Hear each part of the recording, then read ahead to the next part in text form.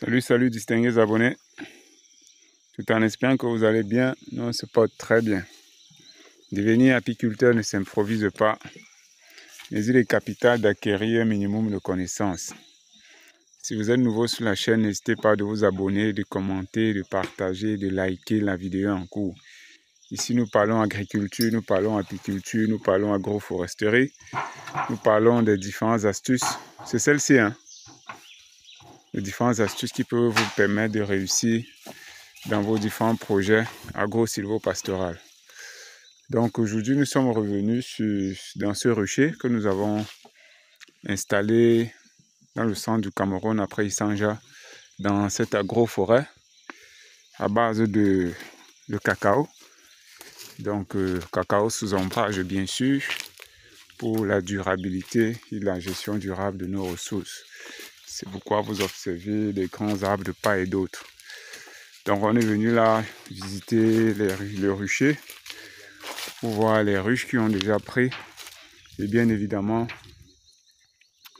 de désinfecter celles qui ne sont pas encore colonisées à l'aide de notre chalumeau, de la brosse à abeilles, et aussi de redéployer certaines ruches sur le site pour maximiser les chances de colonies, d'attraper les essaims d'abeilles dans la nature, quoi.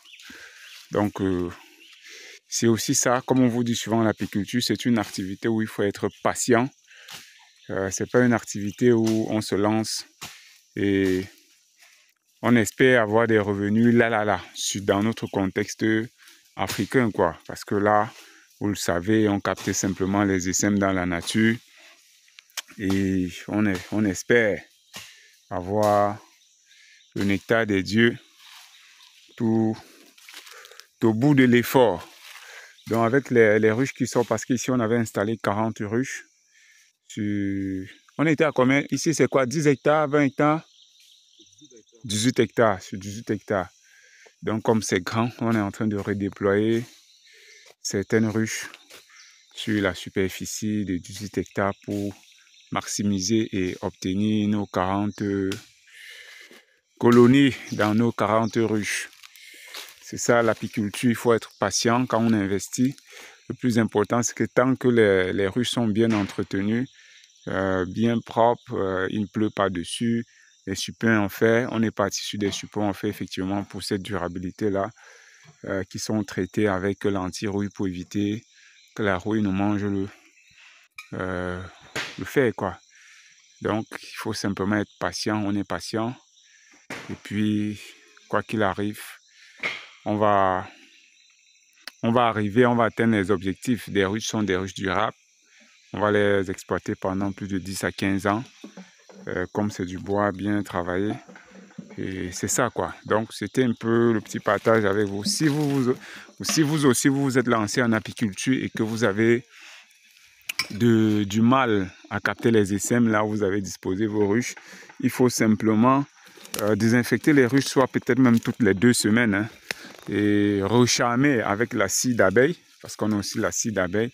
Et c'est pour ça que vous avez besoin de cet outil-ci qui va vous faciliter le travail pour désinfecter. Ça vous évite de transporter les ruches de la brousse, de la forêt, pour la ramener au campement, quoi. Pour les ramener au campement ou à la cabane pour faire du feu, charmer, désinfecter, réappâter. Or, avec votre chalumeau qui est là et la scie d'abeille, la brosse à abeille, vous faites tout le travail sur place comme on est en train de faire. Et c'est un peu ça. Donc, toutes les 2 semaines, si votre ruche n'est pas colonisée, vous pouvez mener cette opération-là de désinfecter, réappâter, si possible, redéployer les ruches dans d'autres endroits, dans d'autres sites, selon votre superficie aussi. Donc là, on a des palmiers de part et d'autre là. On espérait qu'avec ces palmiers, on peut avoir vers le bas fond aussi, on peut avoir beaucoup plus d'essaims. Mais c'est un peu difficile, on ne baisse pas les bras. Donc c'est aussi ça, hein? On ne va pas que vous montrer les bons côtés, on vous montre aussi ce qui ne marche pas. Ne pensez pas que parce qu'on vous vend le litre de miel, ça a été si facile que ça. avec l'apiculture, ça vous amène aussi à être un peu patient. Ça teste votre patience parce que le promoteur, lui, il a même failli piquer une crise quand il est arrivé ici et qu'il n'y avait pas assez de colonies. Et il était chaud, mais bon, il s'est calmé parce que je pense que c'était le dernier conseil ou le plus grand conseil que moi je donne surtout à tous ceux qui veulent se lancer en apiculture, c'est d'être patient. La patience, c'est une vertu que tous les apiculteurs ont et tous ceux qui veulent se lancer doivent être dotés de patience. Et puis, doucement, doucement, vous aurez vos colonies, doucement, doucement, vous aurez votre miel, vous aurez votre pollen, votre nectar. On avance à l'autre rucher, non? Ok. Donc, c'est ça les amis, partagez la vidéo dans tous vos différents forums pour sensibiliser. La vidéo peut aider quelqu'un qui veut baisser les bras et il va comprendre peut-être qu'il n'est pas seul et qu'il faut redoubler d'efforts, redoubler vraiment de vaillance et appliquer ces petits conseils que nous venons de donner pour pouvoir avoir des résultats beaucoup plus intéressants aussi. Allez, abonnez-vous. On se dit à très bientôt pour une nouvelle vidéo et un nouveau partage.